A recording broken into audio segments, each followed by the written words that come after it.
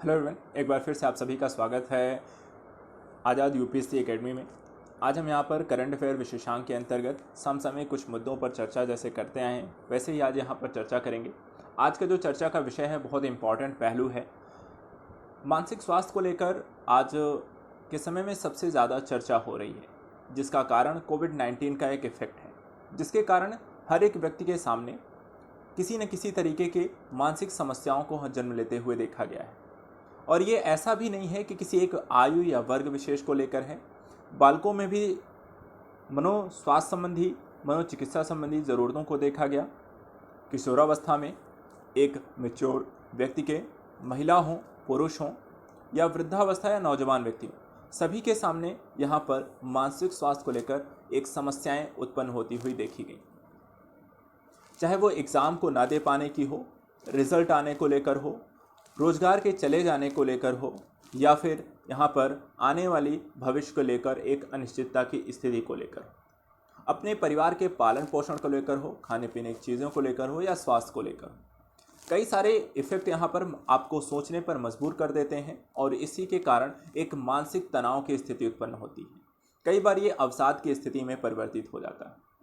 तो यहाँ पर आज इस विषय को सभी लोग बहुत ध्यान से सुनिएगा। जो भी इस वीडियो को देख रहा है उसे पूरा वीडियो आज सुनिएगा, क्योंकि आपका भी ये जिम्मेदारी है कि जो चीज़ आज मैं आपको बताने जा रहा हूँ, जो मैं आपको समझाने जा रहा हूँ, इसको समझने के पश्चात आप अपने आसपास, अपने दोस्तों, अपने भाई बहनों, छोटे हों या बड़े हों, अपने बड़े बुजुर्गों के साथ इस विषय पर बात ज़रूर करें, क्योंकि कोविड-19 का एक लंबा इम्पैक्ट हो चुका है और अभी आने वाले समय में भी यहाँ पर कोई राहत मिलती हुई दिखाई नहीं दे रही। तो वहाँ पर ये समझना ज़रूरी है कि आप उन्हें हेल्प कैसे कर सकते हैं, और कैसे हेल्प कर सकते हैं वो आपको इस पूरे वीडियो में मैं आपको बताऊँगा। उससे सभी चीज़ों को लेकर ये क्यों ज़रूरी है, किस विषय पर हम चर्चा करने जा रहे हैं, तो इसको बहुत ध्यान से सुनना है और पूरा सुनना है। यहाँ पर आज का जो PDF है वो इंग्लिश में है, इसलिए भ्रमित मत होइएगा। मैं आपको इसको हिंदी और इंग्लिश दोनों में ही यहाँ पर आपको पढ़ाऊँगा। इंग्लिश में ऑलरेडी यहाँ पर PDF है, मैं इसका हिंदी रूपांतरण करता चलूँगा जहाँ पर जो शब्द मुझे ज़रूरी लगेंगे। अन्यथा आपकी इंग्लिश इतनी अच्छी होगी कि जहाँ पर आप बाकी शब्दों को समझ सकते हैं। लेकिन फिर भी जहाँ पर अगर लगता है कि आपको कोई शब्द वहाँ पर इंग्लिश का समझ में नहीं आया, तो वो कैप ज़रूर साथ में रखिएगा, वहाँ पर उसका आप मतलब भी निकाल सकते हैं। लेकिन मैं कोशिश ज़रूर करूँगा कि पूरा मैं आपको हिंदी में समझाऊँ। तो चलिए प्रारंभ करते हैं आज का टॉपिक। देखिए, आज का जो टॉपिक है, हेडलाइन यहाँ पर है मनोदर्पण। तो मनोदर्पण क्या है, इसके बारे में समझ लेते हैं। तो मनोदर्पण एक ऐसी पहल है जो कि यहाँ पर आपकी भारत सरकार के मंत्रालय, किस मंत्रालय के द्वारा, ह्यूमन रिसोर्स डेवलपमेंट अर्थात मानव संसाधन विकास मंत्रालय के द्वारा एक पहल प्रारंभ की गई है, जिसे मनोदर्पण नाम दिया गया है। प्रारंभ कब किया गया? तो 21 जुलाई 2020 को इसे प्रारंभ किया गया है। इसमें चर्चा क्या की गई है? चर्चा की गई है आपके स्वास्थ्य को लेकर। क्या आपको पता है स्वास्थ्य से क्या तात्पर्य है? क्या अभी आपसे पूछा जाए, या कभी आपसे कोई क्वेश्चन पूछा जाए, या मैं कभी आपसे पूछूं, या आपको कभी डिफाइन करने को बोला है कि स्वास्थ्य से आप क्या समझते हैं, तो कई लोग स्वास्थ्य को लेकर सिर्फ फिजिकल स्तर पर फिजिकली फिट होने को स्वास्थ्य कहते हैं, कि अगर आप फिजिकली फिट हैं तो आप हेल्दी हैं। ऐसा नहीं है। हेल्थ की जो परिभाषा कहती है, उसका कहने का मतलब होता है कि हेल्थ एक ऐसी अवस्था है, स्वास्थ्य एक ऐसी अवस्था है जो कि न सिर्फ आपके भौतिक रूप से अर्थात फिजिकल तौर से, बल्कि सोशल अर्थात सामाजिक, मेंटल मनोवैज्ञानिक और इमोशनल भावनात्मक तौर पर आप यहाँ पर स्वस्थ होने की बात करती है, और आपकी बॉडी में किसी भी तरीके के वहाँ पर रोग या बीमारी के कोई लक्षण ना दिखते हों, तो ऐसी अवस्था को हम कहते हैं कि हाँ, कोई व्यक्ति आप स्वस्थ है। इसी को लेकर हम बात को आगे बढ़ाते हैं। तो यहाँ पर 4 चीज़ों की हेल्थ में बात की गई: mental health, physical health, social health और इमोशनल हेल्थ। तो एक एक करके इन चारों के बारे में समझते हैं। सबसे पहले बात की जा रही है मेंटल हेल्थ की। तो मेंटल हेल्थ अर्थात मानसिक स्वास्थ्य क्या है? The state of well being when a person is able to cope with the stress of daily life and continue to be productive and is able to contribute to his community. कहने का मतलब, जब कोई व्यक्ति इस तरीके से स्वस्थ है कि वह अपनी दैनिक दिनचर्या की जो लाइफ है उसमें आने वाले तनाव को झेल सकता है, साथ ही वह अपनी लाइफ को सुचारू रूप से आगे बढ़ाते हुए कम्युनिटी कंट्रीब्यूशन अर्थात कहने का मतलब सामाजिक तौर पर योगदान दे सकता है, कुछ न कुछ उत्पादक कार्य कर सकता है, तो ऐसी अवस्था आपकी मेंटल हेल्थ को दर्शाती है। अर्थात आप मेंटली वहाँ पर फिर स्वस्थ कहे जाएंगे। जब आप कैसे हों, जब आप अपनी दैनिक दिनचर्या की जो लाइफ चल रही है, उससे जो तनाव चल रहा है, उसकी जो समस्याएं हैं, आप उसको अच्छे तरीके से उसके साथ एडजस्ट कर पा रहे हैं, उसको अच्छे तरीके से झेल पाते हैं, उससे रिलेटेड आप आंसर निकाल पाते हैं, और उसके साथ साथ आपकी जो उत्पादन क्षमता है इतनी अच्छी है कि आप अपनी कम्युनिटी में भी योगदान कर पा रहे हैं।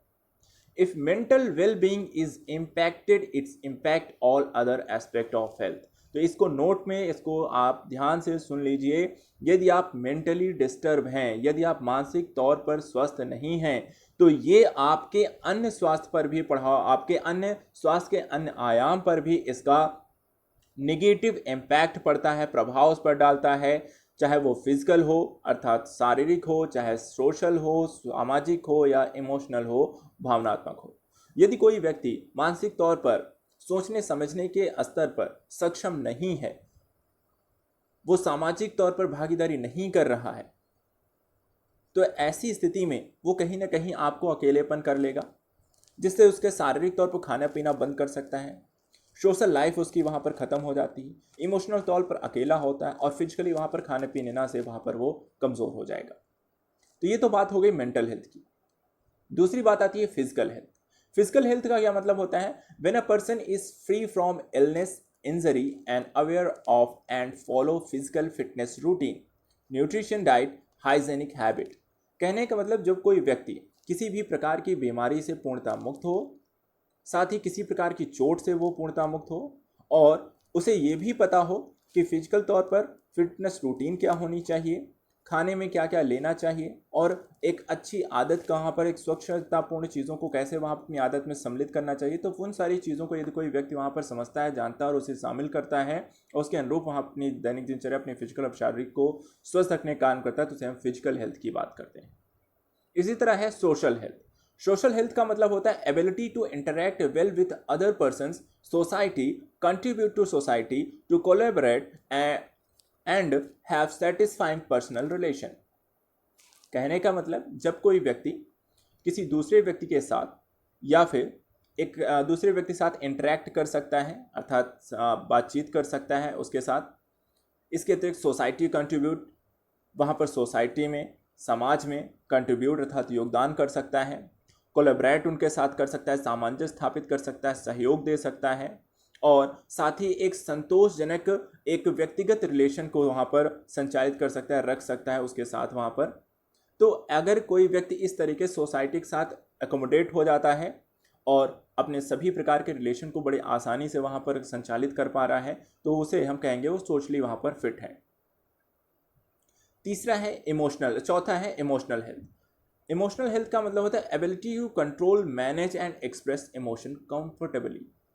कहने का तात्पर्य आपके अंदर ये क्षमता होनी चाहिए कि आप अपने इमोशंस को कंट्रोल कर सकते हैं, अर्थात नियंत्रित भी कर सकते हैं, उनको बेहतर तरीके से प्रबंधित भी कर सकते हैं, और आसानी से आप अपने इमोशंस को, भावनाओं को आप एक्सप्रेस कर पाते हो, जता पाते हो उसको दूसरों के समक्ष। अगर आप ऐसा करने में सक्षम हैं तो आप इमोशनल हेल्दी हैं, और यदि आप चारों को बड़े अच्छे से आप यहाँ पर करने में सक्षम हैं तो आप फिर यहाँ पर हेल्दी हैं। लेकिन यदि आप इन चारों में से किसी भी पक्ष में कमज़ोर हैं, मेंटली कमज़ोर हैं, फिजिकली कमज़ोर हैं, सोशली कमज़ोर हैं, इमोशनली कमज़ोर हैं, तो आप कह सकते हैं कि आप पूर्णतः स्वस्थ नहीं हैं। कई लोग ऐसे होते हैं जो सोशल हेल्दी नहीं होते, अर्थात कह सकते हैं कि वो बहुत ज़्यादा लोगों से घुलना मिलना पसंद नहीं करते हैं, अकेला रहना पसंद करते हैं।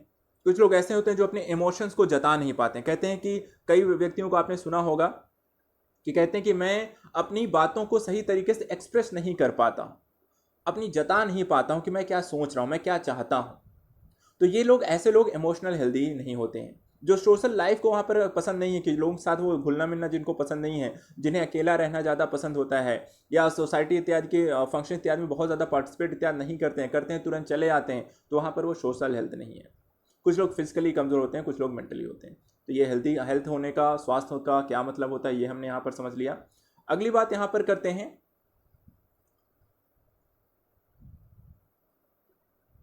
What is capable of reducing community health and wellbeing. ऐसी कौन कौन सी चीज़ें हैं जो कि आपकी कह सकते हैं एक सामुदायिक स्वास्थ्य और उसके अच्छे व्यवहार को वहाँ पर प्रभावित कर सकती है। तो देखिए क्या क्या चीज़ें नहीं करनी चाहिए जिसके कारण एक व्यक्ति जो होता है वो उसका कम्युनिटी या सामुदायिक जो स्वास्थ्य है वेलबींग उसका खराब हो सकता है। तो यहाँ पर इन चीज़ों का हमेशा ध्यान रखिए, आप किसी के साथ इस तरह के कोई भी व्यवहार मत करिएगा। क्या नहीं करना है, पहली चीज़ यहाँ पर दी हुई है violence, natural disaster, pandemic. Violence अर्थात हिंसा के कारण कई बार वहाँ पर कम्युनिटी हेल्थ वहाँ पर अच्छी नहीं रह पाती है। नेचुरल डिजास्टर, प्राकृतिक आपदाएं, भूकंप हो गया, ज्वालामुखी हो गई, सुनामी हो गए, भूस्खलन हो गया, इस तरह की चीज़ें।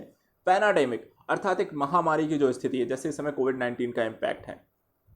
कोविड-19 के इम्पैक्ट के कारण लोगों को वहाँ पर घर पे रहने के मजबूर कर दिया है, लोगों से मिलना जुलना मना कर दिया। तो ये इससे क्या हुआ, लोगों का कम्युनिटी जो हेल्थ था, जो सोशल लाइफ थी, वो पूरी तरह से खत्म हो गई। इसके कारण वहाँ पर ये आप सभी के समक्ष एक सोशल लाइफ वहाँ पर कहीं ना कहीं एक प्रॉब्लम क्रिएट करना शुरू कर चुकी होगी। दूसरा है डिस्प्लेसमेंट। डिस्प्लेसमेंट का मतलब होता है विस्थापन करना, अर्थात पर्टिकुलर जो व्यक्ति जहां रह रहा है उसको वहां से हटा कर कहीं और रख देना। जैसे इस समय आप क्वारंटाइन की स्थिति को देखें, क्वारंटाइन में वहां पर लोगों को कहीं आपको क्वारंटाइन किया जा रहा है अपने घर बार, अपने लोगों को, अपने अपने जानने वाले लोगों से इतर, और आपको कई दिनों तक, कई महीनों तक। तो ऐसी स्थिति में क्या है, लोगों को और उनसे मिलने भी किसी को नहीं दिया जा रहा है, जो कि अन्य किसी प्रकार के रोग होने की स्थिति में लोगों को मिलने दिया जा रहा था। कोविड-19 वहां पर कोई मिलने एक दूसरे से नहीं जाता है। एक तरीके से आप कह सकते हैं विस्थापन की स्थिति, इसमें भी व्यक्ति बहुत ज़्यादा चिड़चिड़ा, बहुत ज़्यादा मेंटली होता है, परेशान होता है। तीसरा है पॉवर्टी, गरीबी। गरीबी कारण बहुत बार आप वहाँ पर एक्सक्लूजन कर देते हैं लोगों को, अपनी सोसाइटी में आप उनको नहीं रखते हैं।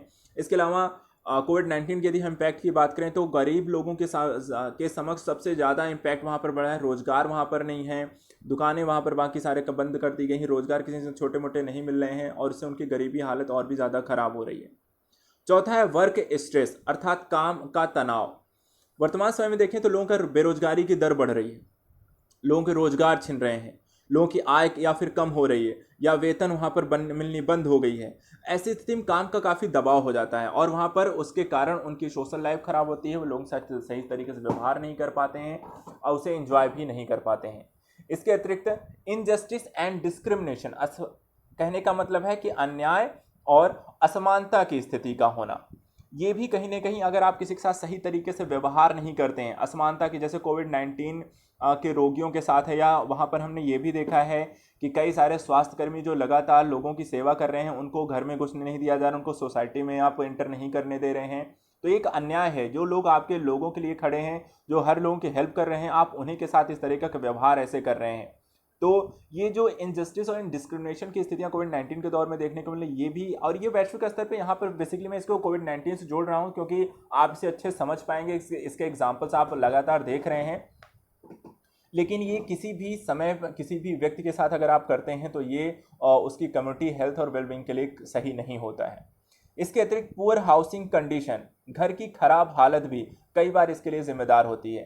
कि अगर अच्छा घर है तो आप लोगों को घर नहीं बुलाते हैं, लोगों के साथ मिलना जुलना पसंद नहीं करते, कि आप उनके घर जाएंगे, उनसे मिलेंगे, कहीं ना कहीं घर बुलाना पड़ेगा, और आप वहाँ बुलाना नहीं चाहते हैं। तो पुअर हाउसिंग कंडीशन भी कई बार लोगों से मिलने जुलने से मनाही की एक स्थिति को लेकर आती है, उनके दिमाग में इस तरह की बातें आती हैं। Conflict with family and community, यदि आपके परिवार के साथ, हम समुदाय के साथ किसी प्रकार के संघर्ष हैं, संघर्ष कहने का मतलब कि वैचारिक संघर्ष हो सकते हैं, तो वो भी कहीं ना कहीं आपकी समस्या हो सकती है। जैसे कम्युनिटी को लेकर वहाँ पर अब बात आती है कोविड-19 के कारण लोगों को, ऐसे रोगियों को वहाँ से घर से बाहर किया जा रहा है, या उनको या किसी अगर कोई बाहर से आ रहा है तो उसको घर में नहीं जाने दिया रहा है, उसको क्वारंटाइन किया जा रहा है, पहले घर से कहीं इतर, सोसाइटी से इतर, उसके बाद ही आप इंटर कर सकते हैं। तो ये कहीं ना कहीं एक कन्फ्लिक्ट की स्थिति वहाँ पर होती है। कोई व्यक्ति वहाँ पर घर से इतनी दूर से आया है, वो घर में अपने लोगों के साथ रहना चाहता है, लेकिन इसके कारण नहीं रह सकता है। सोशल एक्सक्लूजन एंड आइसोलेशन, अर्थात सामाजिक बहिष्कार या एकांतवाद की स्थिति कर देना। तो ऐसी स्थिति में भी वहाँ पर कई बार समस्याएं उत्पन्न हो रही हैं वर्तमान समय में, कि कोविड-19 के लोगों से कोई नहीं मिल रहा है, अगर किसी को हो भी गया, वो ठीक भी हो गया है, तो भी वहाँ पर कोई उससे नहीं मिल रहा है, ना ही उसकी फैमिली से वहाँ पर मिल रहा है।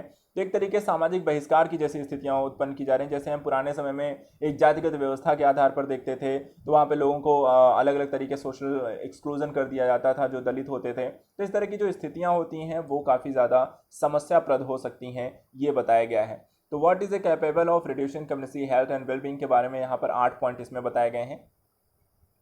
इसके बाद आता है कि जेनेसिस ऑफ मनोदर्पण की, यहाँ पर मनोदर्पण की हमें आवश्यकता क्यों है, इसकी विशेषताएं यहाँ पर क्या क्या हैं, तो उसको हम देख लेते हैं। तो देखिए जेनेसिस ऑफ मनोदर्पण में पहली चीज़ है कि मनोदर्पण की आपको आवश्यकता है। पहला तो पैनाडेमिक, जो कि कोविड-19 का वैश्विक महामारी के रूप में जन्म लेना। दूसरा लॉकडाउन के कारण, lockdown including closure of all educational institute from mid March to 2020, अर्थात लॉकडाउन ने सभी प्रकार के जो प्रशिक्षण या शिक्षण संस्थान थे उनको मध्य मार्च से वहाँ पर उसको बंद कर दिया गया है। इसके अतिरिक्त तीसरा जो पॉइंट है अनसर्टेनिटी, अर्थात अनिश्चितता की स्थिति आ गई है, अर्थात पोस्ट पेमेंट हो गया है, कैंसलेशन हो गई एग्जाम के midway, handling new class subject, future admission, career decision. तो इसको लेकर बच्चों के समक्ष काफ़ी सारी समस्याएं, जो भी एग्ज़ाम थे उनको पोस्टपोन कर दिया गया या फिर कैंसिल कर दिया जा रहा है। इसके अतिरिक्त जो नई क्लासेस हैं वो कब से शुरू हो रही हैं, कौन से सब्जेक्ट लेने हैं, फ्यूचर का एडमिशन कैसे, जिन लोगों का एग्ज़ाम फाइनल ईयर का हो गया तो फ्यूचर के एडमिशन कैसे वहाँ पर होंगे, कौन सा सब्जेक्ट लेना है, कब यहाँ पर पढ़ाई शुरू करनी है, क्या आगे बढ़ना है। इन सभी चीज़ों को लेकर पूरी तरह से प्रशिक्षण संस्थान शिक्षण संस्थान बंद होने से और परीक्षाओं के स्थगित होने या उनके आगे डेट बढ़ने से इस तरह कई सारी समस्याएं बच्चों के समक्ष उत्पन्न हुई हैं। चौथा पॉइंट यहाँ पर यह बताया गया कि home campus, students compelled to stay at home, some stranded in hostels, new online classes. ये 3 कारण बताए गए हैं। होम कैंपस का मतलब है कि बच्चों को घर में ही रहने को मजबूर किया गया है, एक तरीके से उनके पास कोई और ऑप्शंस भी नहीं है।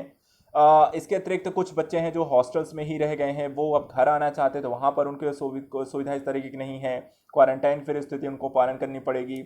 इसके अतिरिक्त जो भी क्लासेस चल रही हैं वो ऑनलाइन स्थिति को लेकर हैं, तो ऑनलाइन कितना उसको लेकर क्या प्रोसीजर होगा, कैसे वहाँ क्लासेस चलेंगी, कितनी क्लासेस होंगी, कैसे उसको अकोमोडेट किया जाएगा, ये सारे लेकर अलग एक प्रॉब्लम क्रिएट हो गई। तो एक तरह का होम कैंपस क्रिएट हो गया है, माहौल जो कि घर पे रह के पढ़ाई करने वाला एक माहौल क्रिएट हो गया है। इसके बाद mental health issues, home campus बाद अगला देखते हैं। पहले चैलेंजिंग टाइम 5वें नंबर पे है। चैलेंजिंग टाइम किस कारण से है? Various stress factor leading to a stressful time for all including student, families, teachers. वर्तमान समय में आपको अगर हम देखें तो तनाव के कई सारे अलग अलग कारण हैं, जो कि टाइम को लेकर सबसे ज़्यादा एक चिंताजनक स्थिति है। और ये ऐसा नहीं है कि सिर्फ यहाँ पर किसी एक व्यक्ति को, ये सभी, इसमें विद्यार्थी भी सम्मिलित हैं, इसमें परिवार के भी सम्मिलित हैं और इसमें आपके अध्यापक भी सम्मिलित हैं। तो किस तरीके से हम फ्यूचर को लेकर क्या करें, कोर्स कैसे कंप्लीट करें, कितना समय दें, परीक्षाएं कब आयोजित होंगी, स्कूल खुलेंगे या नहीं खुलेंगे, फीस क्या होगी, पेरेंट्स इसको लेकर अलग अलग वहाँ पर वक्तव्य दे रहे हैं। कई पेरेंट्स जो हैं जो फीस नहीं देना चाहते हैं, सरकार वहाँ अलग स्तर पर काम करे कि ऑनलाइन कक्षाएं चलाई जाएं, उसके लिए उन्होंने दिशा निर्देश भी जारी किए कितनी क्लासेस चलेंगी कितनी नहीं चलेंगी। बच्चों के समय यहाँ पर डेटा की समस्याएं, कई सारे स्थितियां हमने देखी कि डेटा की उपलब्धता न होने के कारण कुछ आत्महत्याओं, सुसाइड की स्थितियां भी देखी गई। तो काफ़ी चैलेंजिंग टाइम है यहाँ पर स्टूडेंट्स इत्यादि को लेकर। इसके बाद है वर्नरेबिलिटी को लेकर, जहाँ पर children and adolescents more dispose to stress, anxiety, fear and loneliness. कहने का मतलब यहाँ पर बच्चे, चाहे वो किशोर हों या फिर बच्चे हैं, उनके सामने यहाँ पर एक अकेला रहना, इसका डर है या एक तनाव है, चिंताएं हैं, जो उनके बच्चों में एक अलग अलग तरीके के एकाकीपन की स्थितियों को वहाँ पर दिखाती हैं। Holistic development, besides academic concern, emotional and social aspect of learning are also affected. कह सकते हैं एक संपूर्ण विकास की जो बात की जाती है, होलिस्टिक डेवलपमेंट की जो बात की जाती है, समग्र विकास की जो बात की जाती है, वो यहाँ पर संभव नहीं हो पा रहा है, जिसका कारण है कि आप यहाँ पर भावनात्मक और सामाजिक जो लाइफ थी, जो उसके कारण जो सीखने की जो क्षमता थी, वो बुरी तरह से प्रभावित हुई है पैंडेमिक इफेक्ट के कारण। इसके बाद mental health issue, email and social media request received in ministry about mental health issue after onset of कोविड-19। तो आपकी जो मिनिस्ट्री हैं उनको लगातार ईमेल आ रही हैं, सोशल मीडिया से रिक्वेस्ट आ रही हैं कि उनको मेंटल अर्थात मानसिक स्वास्थ्य की समस्याएं उनके सामने उत्पन्न हुई जब से कोविड-19 का दौर आया है। तो इन सभी के कारण हमें मनोदर्पण की यहाँ पर आवश्यकता महसूस होती है कि कहीं ना कहीं इन सब पर कैसे काम किया जाना चाहिए। तो अब बात करते हैं stress factor in the pandemic. तो स्ट्रेस फैक्टर क्या क्या यहाँ पर हैं आपको। पहली चीज़ देखिए, cut off from games and play time. तो स्ट्रेस फैक्टर को अगर आपको कम करना है इन सारी चीज़ों को लेकर या कैसे वहाँ पर होता है तो उसको लेकर, तो बच्चों के सामने सबसे पहली चीज़ को जो खेलने का जो समय था, वो कहीं का जो बाहर जाकर खेलने का एक समय होता था, वो पूरी तरह से उनका ख़त्म हो गया। दूसरा, सेंस ऑफ आइसोलेशन, एक एकांतवाद, अकेलेपन की वहाँ पर उनको एक समझ विकसित हो रही कि मुझे सबसे मतलब समाज से, परिवार से सबसे एक अकेलेपन की एक स्थिति उनके सामने आती है, एक सेंस उनका डेवलप हो रहा है। डिफ़िकल्ट इन लर्निंग, नई चीज़ों को सीखने को लेकर, क्योंकि आप अगर बाहर नहीं निकल पा रहे हैं तो वहाँ पर जो सीखने की जो क्षमता है वो आपकी सीमित हो जाती है। Changes in teaching and learning, सीखने और पढ़ाने दोनों के स्थितियों में अब परिवर्तन देखने को मिला है। कहने का मतलब जो एक आमने सामने जो टीचर और कहते हैं भौतिक तौर पे जहाँ पर जब टीचर और स्टूडेंट एक दूसरे के आमने सामने होते थे तो वहाँ पर भावों को लेकर, चीज़ों को दर्शाने को लेकर, क्वेश्चंस को लेकर वो एक अलग इम्पैक्ट पड़ता था। अब यहाँ पर क्या है, वर्चुअली आपको वहाँ पर चीज़ों को ऑनलाइन के माध्यम से, आप अपने घर में बैठे हैं, बच्चे अपने घर में बैठे हैं, तो वहाँ पर एक दूसरे को पढ़ाएं तो उसका एक इम्पैक्ट जो होगा वो उतना नहीं पड़ेगा जो कि एक ऑफलाइन का इम्पैक्ट पड़ता है। तो वो कहीं ना कहीं ये सारी चीज़ें चैलेंजेस होंगी, उसमें काफ़ी सारे परिवर्तन आपको देखने को मिलेंगे। इसके अतिरिक्त फैमिली इनकम एम्प्लॉयमेंट फेयर्स भी एक बड़ी प्रॉब्लम क्रिएट कर रही है कि लोगों की आय जो होती है, परिवार की आय जो होती है वो कम हो रही है, या क्योंकि जॉब जा रही हैं, या जॉब चली गई हैं, या जाने का डर है। इस तरीके की प्रॉब्लम भी कहीं ना कहीं आपको स्ट्रेस का कह सकते हैं या तनाव की स्थिति उत्पन्न कर रहा है, चिंता की स्थिति लेकर आया है। डेथ इन फैमिली, अर्थात परिवार में किसी की मृत्यु के कारण भी एक स्ट्रेस फैक्टर जन्म लेता है।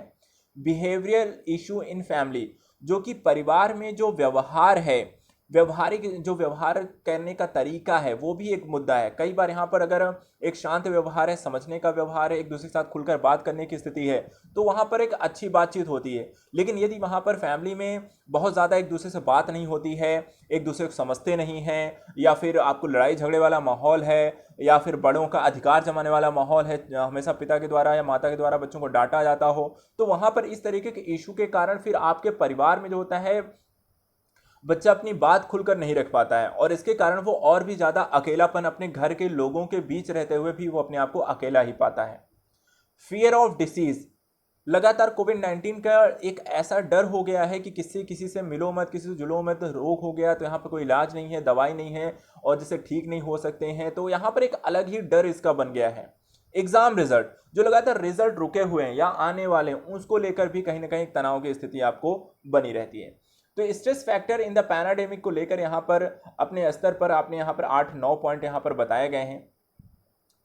तो यहाँ पर आप सभी इसका ध्यान रखें, इसकी यहाँ पर चर्चा ज़रूर करें अपने लोगों से, क्या इस तरीके के आपके परिवार में किसी के सामने कोई समस्या तो नहीं है। अगर इस तरह कोई भी इशू है तो वहाँ पर ज़रूर बात करें उनके साथ। और देखते हैं क्या है नेक्स्ट है यहाँ पर नंबर इम्पैक्टेड, नंबर भी दिए गए हैं कि यहाँ पर कितना प्रभाव किस क्षेत्रों में है। तो यहाँ पर देखिए हाई स्कूल अर्थात हायर एजुकेशन जो इंडिया में है 3.75 करोड़ स्टूडेंट यहाँ पर इम्पैक्टेड हैं।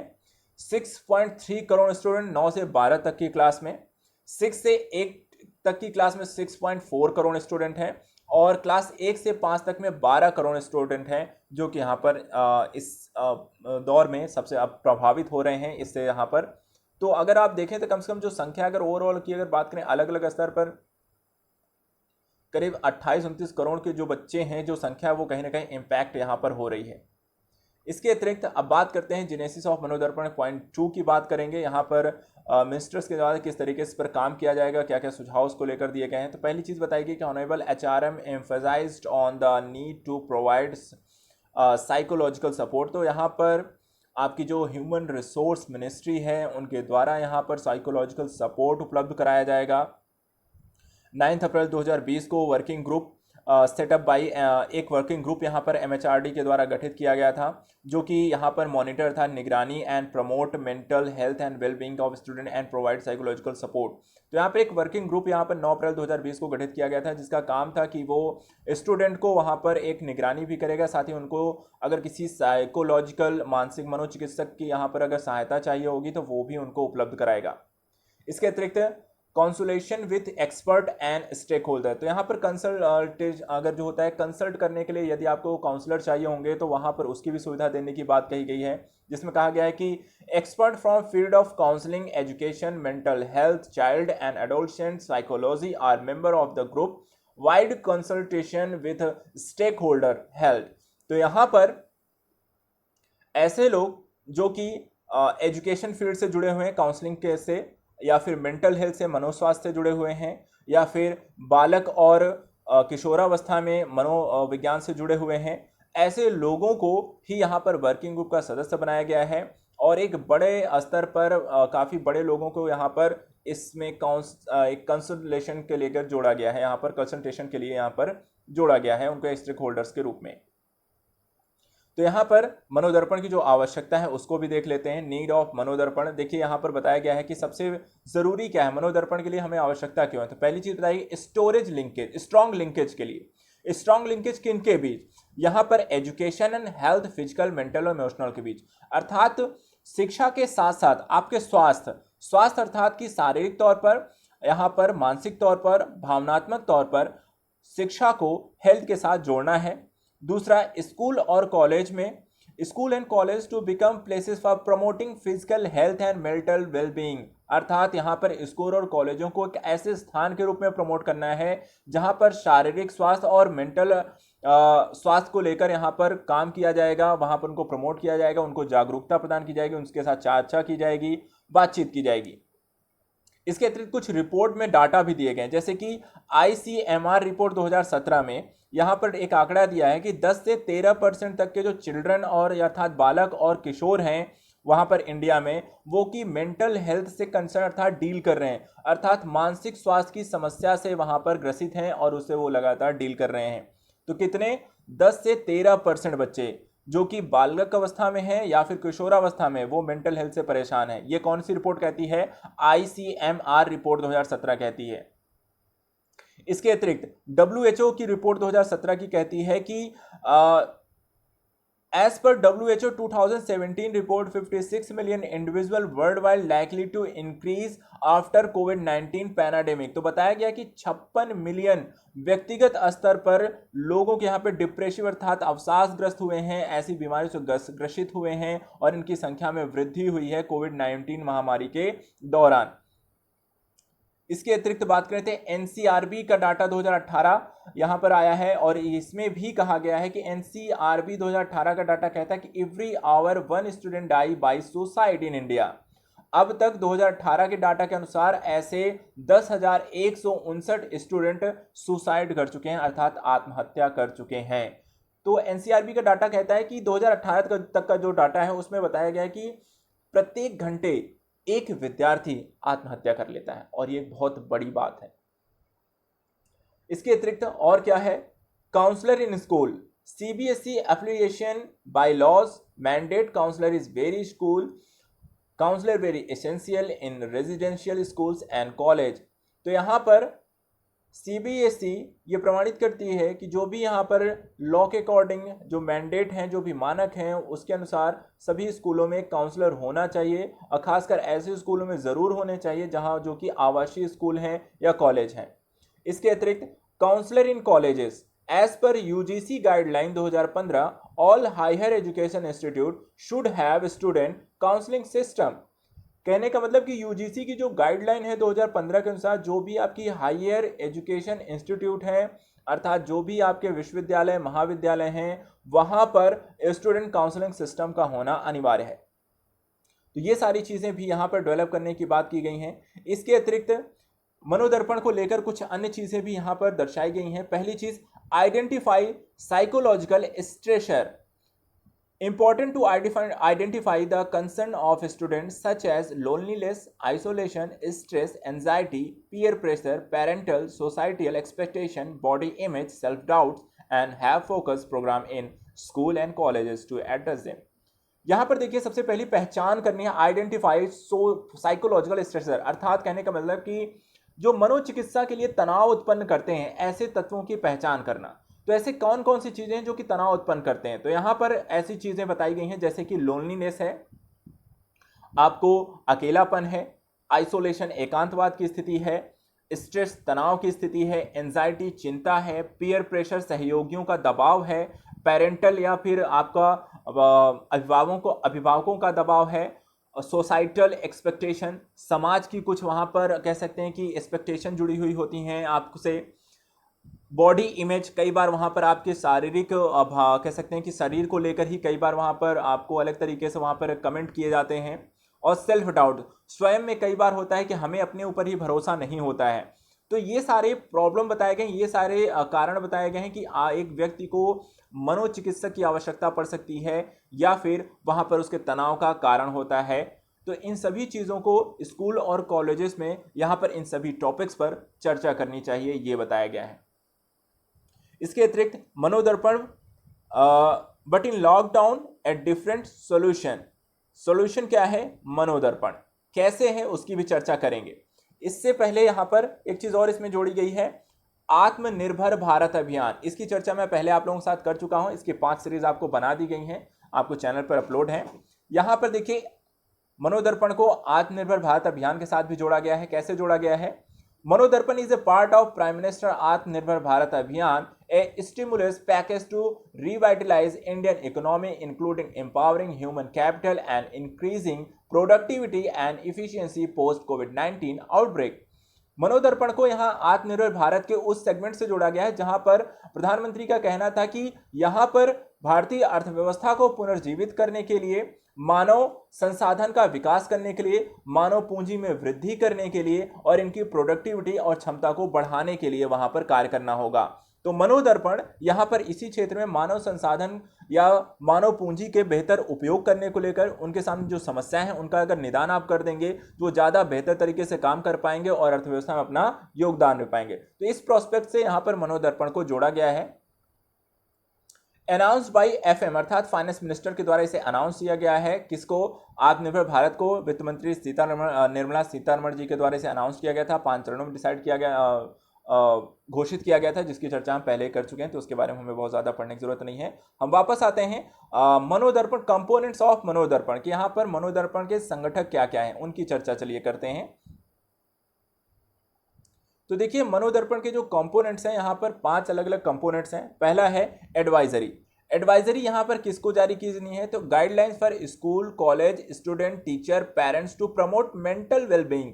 तो यहाँ पर मानसिक स्वास्थ्य को कैसे बेहतर बनाया जा सकता है, इसको लेकर गाइडलाइन जारी की जाएगी। किसको, स्कूलों को, कॉलेजेस को, विद्यार्थियों को, शिक्षकों को और पेरेंट्स को भी। इसके अतिरिक्त वेब पेज, एक वेब पेज बनाया गया है MHRD के द्वारा, एक वेबसाइट बनाई गई है जहां पर advisory, motivational posters, practical tips, podcast, सभी चीज़ों को वहां पर अपलोड किया जाएगा जिसे आप सुन करके अपनी समस्याओं का समाधान कर सकते हैं। इसके अतिरिक्त टोल फ्री एक हेल्पलाइन भी उपलब्ध कराई गई है। National toll free tele counselling helpline है 8448440632। Voluntary service for more than 500 counsellor confirmed है और 100 counsellor mapped with IVRS for first phase में यहां पर जोड़ा गया है। तो यहाँ पर 500 काउंसलर को वॉलंटरी तौर पर जोड़ा गया है, साथ ही 100 काउंसलर को यहाँ पर IVRS तकनीक के माध्यम से फर्स्ट पेज में जोड़ा गया है। इसके अतिरिक्त counselling resources, national database and directory of counsellor and counselling service. तो नेशनल डाटाबेस का प्रयोग किया गया है जिसके माध्यम से काउंसलर और काउंसलिंग सर्विस को यहाँ पर उनके संसाधनों का प्रयोग किया जाएगा। Resource centre, handbook of 21st century life skill for student to face real life challenges, manual of mental health and various other resources material such as videos, poster comic, flyers, podcast, research works etc।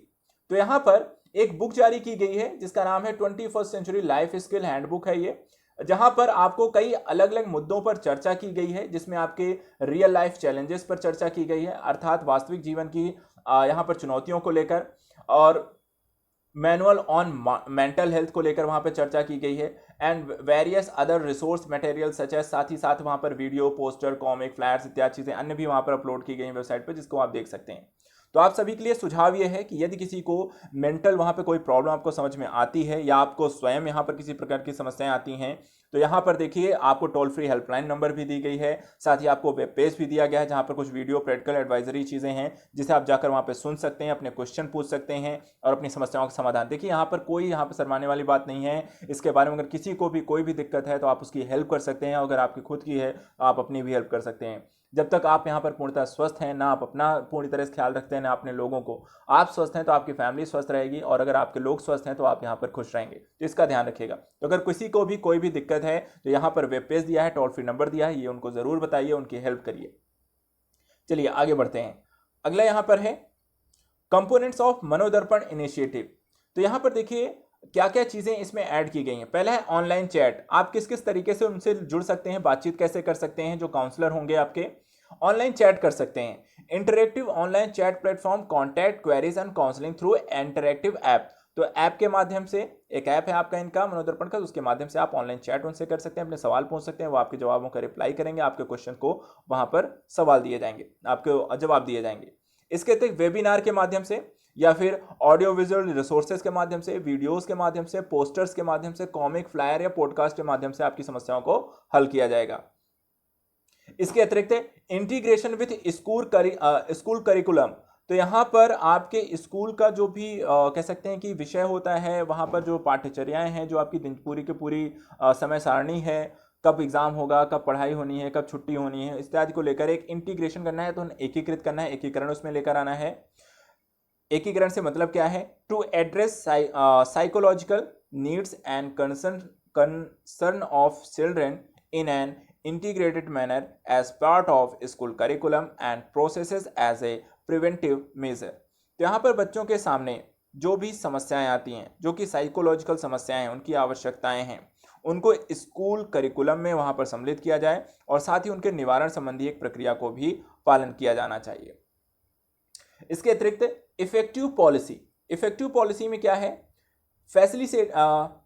Facilitated advocacy, research and training for effective policy on mental health support and well-being of children and youth for holistic development। तो यहाँ पर बच्चों के और युवाओं के संपूर्ण विकास को लेकर उनके हेल्थ को, मेंटली हेल्थ सपोर्ट सिस्टम विकसित करना है, एक इफेक्टिव पॉलिसी लेकर आनी है। इसके लिए रिसर्च और अनुसंधान विकसित करिए, साथ ही यहाँ पर ट्रेनिंग लेकर वहाँ पर आपको देनी चाहिए, प्रशिक्षण भी वहाँ पर उपलब्ध कराना चाहिए और इन सभी की सुविधाओं को वहाँ पर एक बेहतर तरीके से लागू किए जाने की सुविधा उत्पन्न करनी चाहिए। इसके अतिरिक्त platform for national and regional consultation, तो यहां पर कंसल्टेशन के लिए राष्ट्रीय स्तर पर और क्षेत्रीय स्तर पर यहां पर प्लेटफॉर्म विकसित किए जाएंगे, साथ ही उन्हें एक दूसरे के साथ जोड़ा भी जाएगा, चाहे वो आपके स्टेट हो, कोई इंस्टीट्यूशन हो, कोई संगठन हो, for sharing for insight research experiences and learning to increase awareness and building community for mental wellbeing for student. तो यहाँ पर ऐसे सभी राज्यों को, संस्थाओं को, संगठनों को एक दूसरे के साथ अपने रिसर्च और अनुसंधान अनुभवों को साझा करने की जरूरत होगी। उनको एक दूसरे के साथ ऐसे जोड़ा जाएगा ताकि वो इसका प्रयोग कर सके, सीख सकें, उसके माध्यम से जागरूकता फैलाई जा सके। साथ ही यहाँ पर सामुदायिक तौर पर यहाँ पर एक जुड़ाव उत्पन्न किया जा सके, मजबूती उत्पन्न की जा सके, साथ ही मेंटल बेइंग और स्टूडेंट अर्थात विद्यार्थियों के मानसिक स्वास्थ्य को लेकर। तो ये बात की गई कंपोनेंट्स ऑफ मनोदर्पण इनिशिएटिव को लेकर। अगली बात आती है ऑन गोइंग एक्टिविटीज, वर्तमान समय में क्या क्या एक्टिविटीज यहाँ पर ऑलरेडी संचालित हो रही हैं। तो पहला यहाँ पर ऑन गोइंग एक्टिविटीज के अंतर्गत एनसीईआरटी को लेकर, एनसीईआरटी के अंतर्गत यहाँ पर काउंसलिंग की व्यवस्था की गई है। काउंसलिंग सर्विस में counselling service for school children since April 2020 on phone, email, तो ईमेल और फोन के माध्यम से अप्रैल 2020 के माध्यम से काउंसलिंग सेवाएं दी जा रही हैं।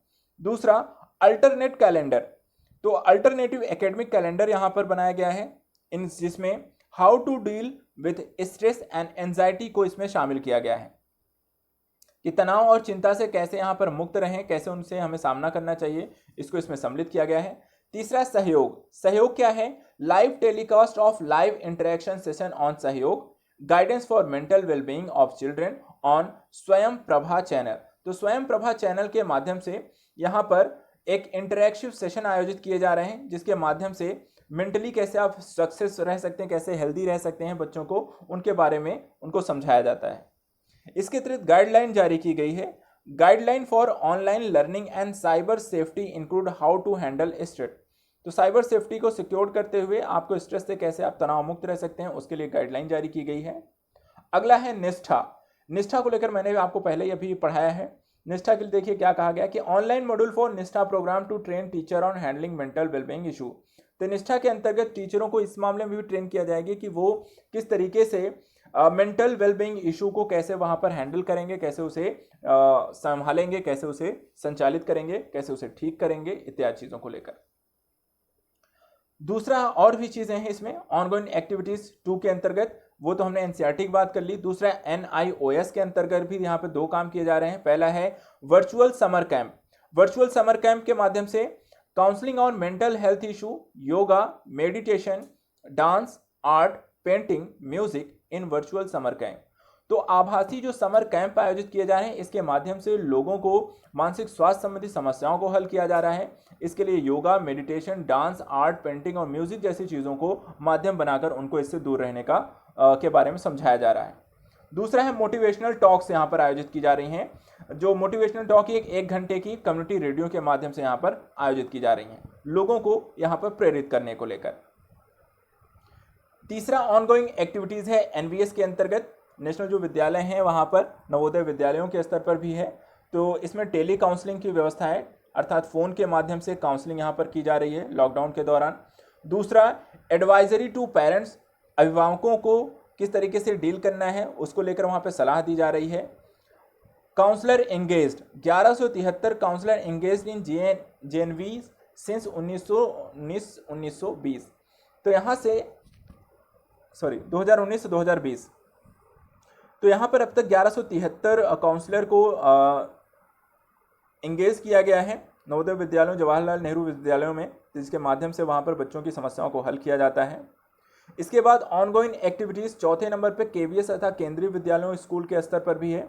यहाँ पर भी dedicated email ID has been created in each school for guiding and counselling the student. तो यहाँ पर भी ईमेल ID के माध्यम से बच्चों को गाइडेंस प्रोवाइड कराया जा रहा है, उनकी काउंसलिंग की जा रही है। इसके अतिरिक्त teacher have been identified for attending and addressing the problem of student.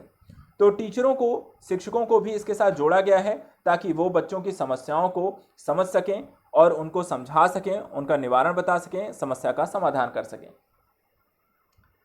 331 trained counsellor have been engaged on part time contract. तो 331 आपके जो प्रशिक्षित काउंसलर हैं उनको यहाँ पर थोड़े समय के लिए, पार्ट टाइम के लिए उनको कॉन्ट्रैक्ट बेसिस वहाँ पर काम करने के लिए हायर किया गया है। इसके अतिरिक्त 268 KV teacher trained in guiding and counselling for NCERTs also have been involve. तो यहाँ पर 268 टीचर जो भी KV के से रिलेटेड हैं, केंद्रीय विद्यालय से रिलेटेड हैं, उनको यहाँ पर ट्रेन किया जा रहा है ताकि वो गाइडेंस दे सकें और आपकी NCERT से रिलेटेड जो भी है उनको उससे रिलेटेड आपकी काउंसलिंग भी कर सकें। इसके अतिरिक्त queries from 12393 student and 7648 parents have been so far received and attend properly. तो अब तक 12,393 स्टूडेंट और 7,648 पेरेंट्स की क्वेरीज को अब तक रिसीव किया जा चुका है और उनको वहाँ पर प्रॉपरली पूरी तरीके से वहाँ पे सुना भी गया और उनका समाधान किया गया। ये तो आंकड़ों की बात हो गई और वहाँ पर एक्टिविटीज़ की बात हो गई अलग अलग स्तरों पर, अलग अलग स्कूलों को लेकर। अगली बात यहाँ पर करते हैं ऑनगोइंग एक्टिविटीज़ जो है CBSE को लेकर। यहाँ पर देखिए कुछ मानक यहाँ पर भी रखे गए हैं CBSE के स्तर पर। पहला है CBSE counselling, an annual flagship programme for free of cost, free and post exam counselling for secondary and senior secondary student started 23 years ago in 1998, counselling through audio visual presentation and podcast. तो यहाँ पर ये जो कार्यक्रम है 23 साल पहले से इसे प्रारंभ किया गया था, जिसमें आपको ऑडियो विजुअल का प्रयोग किया जाता है या पॉडकास्ट का प्रयोग करके वहाँ पे काउंसलिंग की जाती है। इसके अतिरिक्त audio resources, exam anthem, rap song, podcast, psychological support इत्यादि के माध्यम ऑडियो रिसोर्सेज के माध्यम से यहाँ पर सपोर्ट किया जाता है, जिसमें गाने गाकर या फिर पॉडकास्ट, कहानियाँ इत्यादि सुनाकर या साइकोलॉजिकल सपोर्ट से वहाँ पर देकर एग्जाम एंथम इत्यादि को लेकर वहाँ पर चीज़ें समझाई जाती हैं, बच्चों को सपोर्ट किया जाता है एग्जाम के स्ट्रेस से उनको बचाने के लिए। इसके अतिरिक्त CBSE की ऑलरेडी अपनी एक हेल्पलाइन है जिसमें सेंट्रलाइज्ड एक्सेस सिस्टम है, इंटरेक्टिव वॉइस रिस्पॉन्स सिस्टम है और टोल फ्री नंबर भी काउंसलिंग के लिए है, जिसके माध्यम से वहाँ पर डिफरेंटली एबल्ड स्टूडेंट भी आसानी से वहाँ पर सहयोग प्राप्त कर सकते हैं, सहायता प्राप्त कर सकते हैं। इसके अतिरिक्त प्रिंट रिसोर्सेज भी हैं, question answer column in newspaper, handbook on 21st century life skills, जिसके माध्यम से बच्चों अपनी समस्याओं को हल कर सकते हैं और उनकी प्रॉब्लम को हम जाना जा सकता है। Social media engagement on YouTube, Facebook and Instagram and use of memes. तो वहाँ पर यूट्यूब, फेसबुक, इंस्टाग्राम के माध्यम से भी वहाँ पर चीज़ों को बच्चों को वहाँ पर समझाया जा रहा है, उनको वहाँ पर सचेत किया जा रहा है। कोविड-19 लॉकडाउन काउंसलिंग एंड एंगेजमेंट, तो यहाँ पर एक dedicated corona virus safe guard tele counselling service यहाँ पर प्रोवाइड कराई गई है। इसके अतिरिक्त स्टूडेंट शेयरिंग एक्टिविटीज ऑन कोविड-19 लॉकडाउन एक्सपीरियंस, तो बच्चे लॉकडाउन के दौरान कोविड-19 को लेकर जो भी उनकी गतिविधियां हैं, जो भी चीज़ें हैं हो रही हैं, उसको लेकर अपनी एक्टिविटीज़ वो साझा कर रहे हैं। Awareness for fit India activities lockdown, तो यहाँ पर लॉकडाउन के दौरान किस तरीके से फिट इंडिया मूवमेंट क्या है उसको लेकर कैसे हम सचेत रह सकते हैं, जागरूक करना, तो ये सारा काम यहाँ पर सीबीएसई के लेवल पर किया जा रहा है। इसके बाद ऑन गोइंग एक्टिविटीज 6 के अंतर पर यूजीसी के लेवल पर यहाँ पर भी काम किए जा रहे हैं। Appeal, advice, notice, fit India guidelines और अदर मेजर्स के माध्यम से अपील की जा रही है, एडवाइस जारी की जा रही है, नोटिस जारी की जा रही है, ताकि यहाँ पर आप मेंटल हेल्थ को लेकर सचेत किया जा सके, लोगों को जागरूक किया जा सके कैंपस इत्यादि में। UGC issued advisory on 5 April 2020 to address mental psychological health and wellbeing student during and after, तो कोविड-19 के दौरान उसके बाद भी बच्चों को यहाँ पर मानसिक और मनोवैज्ञानिक जो भी समस्याएं हैं उनको लेकर वहाँ पर एडवाइजरी सलाहकारी चीज़ें जारी की जा रही हैं।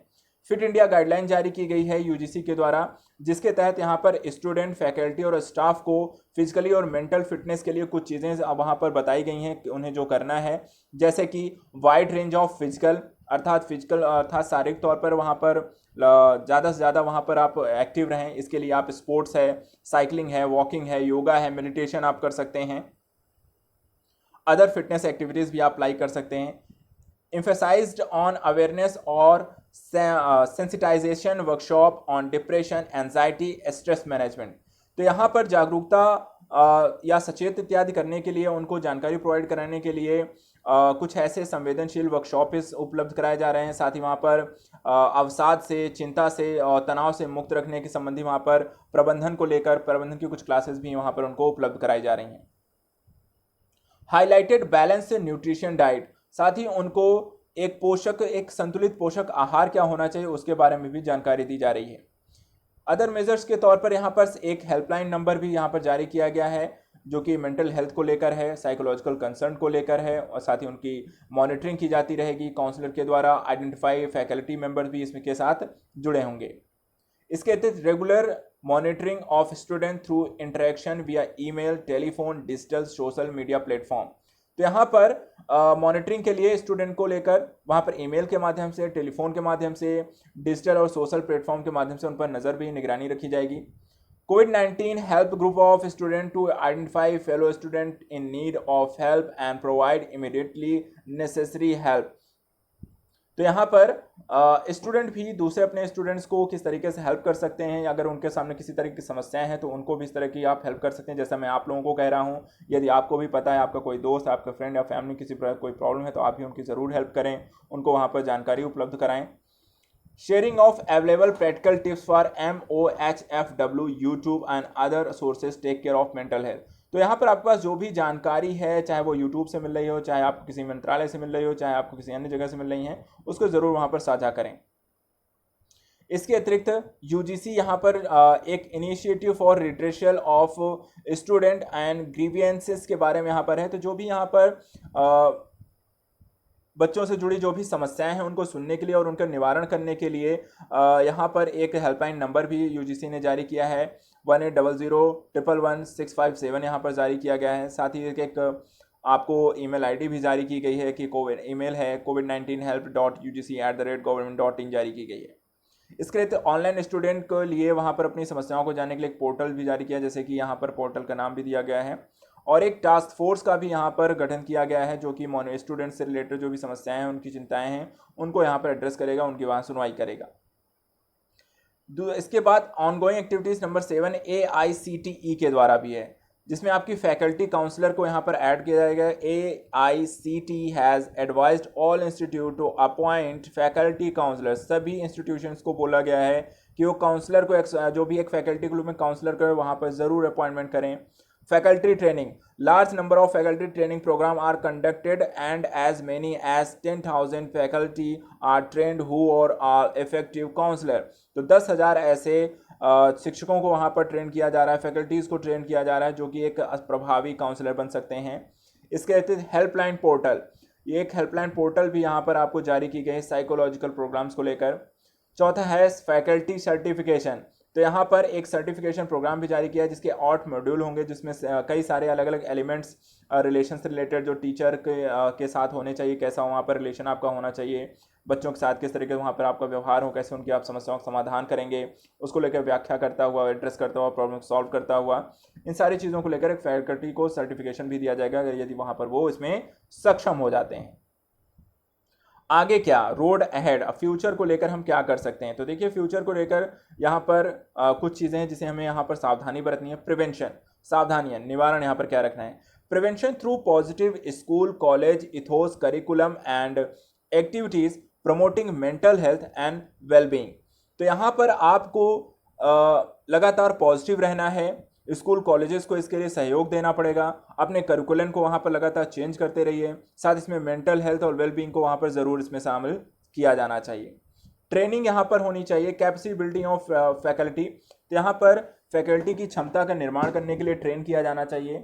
Counsellor and support staff integrating mental health components in teacher preparation programme, enrichment programme for counsellor, short term online courses. यहाँ पर एक एकीकृत मानसिक स्वास्थ्य संगठक को तैयार करना चाहिए जिसके माध्यम से टीचर को एक अच्छे से तैयार किया हुआ प्रोग्राम के माध्यम से ट्रेन किया जाना चाहिए।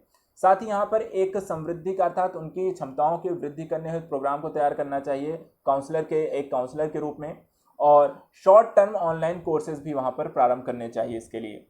इसके अतिरिक्त early identification of cognitive emotional and behavioural changes in student. यदि यहाँ पर किसी भी बच्चे में संज्ञात्मक, भावनात्मक या व्यवहारात्मक कोई चेंज आता है तो उसको शुरुआती दौर में पहचाना जाए। इसके अतिरिक्त यहाँ पर एक स्पेशलिस्ट सपोर्ट एक्सेस को दिया जाना चाहिए जो एक कह सकते हैं विशेषज्ञ हो, और common minimum programme for school to promote student mental wellbeing. साथ ही यहाँ पर स्कूल मेंटल हेल्थ प्रोग्राम यहाँ पर आयोजित किया जाना चाहिए जो कि integrated part of health and physical education training, जो कि स्वास्थ्य और शारीरिक शिक्षा को लेकर एक एकीकृत पार्ट होना चाहिए उसका। Training of early childhood care gives to identify and support special needs to children. तो प्रारंभिक दौर में यहाँ पर बच्चों को सबसे ज़्यादा इसकी कहीं ना कहीं ज़रूरत होती है, इसकी यहाँ पर भी बात कही गई है। इसके अतिरिक्त और भी कुछ उपाय यहाँ पर बताए गए हैं जैसे कि अकोमोडेट डाइवर्सिटी। तो यहाँ पर जो आपके पास विविधता है उसको किस तरीके से वहाँ पर अकोमोडेट करने के लिए वहाँ पर काम करना चाहिए, चाहे उनके किसी प्रकार की डिसेबिलिटी हो, वो चाहे वो संज्ञानात्मक तौर पर हो या असंज्ञानात्मक तौर पर किसी प्रकार की डिसेबिलिटी हो, इस तरह कोई डाइवर्सिटी है तो उसको आप एडजस्ट करें। Awareness and sensitisation on child abuse. तो पॉस्को एक्ट के अंतर्गत यहाँ पर जागरूकता होनी चाहिए कि बच्चों के साथ किसी प्रकार का गलत व्यवहार तो या दुर्व्यवहार या किसी का दुष्कर्म इत्यादि की प्रक्रियागत स्थितियाँ तो नहीं हो रही हैं, साथ ही उनको जागरूक करना चाहिए इसके बारे में, पॉस्को एक्ट के बारे में उनको जानकारी दी जानी चाहिए। Life skills, focus on programme of life skill, stress management, substance abuse prevention, emotional regulation. तो यहाँ पर लाइफ स्किल्स अर्थात जीवन के कौशल विकास हेतु भी कुछ चीज़ों पर काम करना है जिसके अंतर्गत आपके चिंता को लेकर, तनाव के प्रबंधन को लेकर, या फिर किसी प्रकार के मादक पदार्थों के द्रव्यों के सेवन को लेकर, रोकथाम को लेकर, या इमोशनल रेगुलेशन अर्थात कह सकते हैं भावनात्मक नियंत्रण को लेकर किस तरीके से काम किया जाए, ये भी लाइफ स्किल्स के अंतर्गत इनको सम्मिलित किया जाना चाहिए। पॉजिटिव पेरेंटिंग की बात की गई कि focus on positive parenting and effective family school partnership for enriching positive mental health and well-being।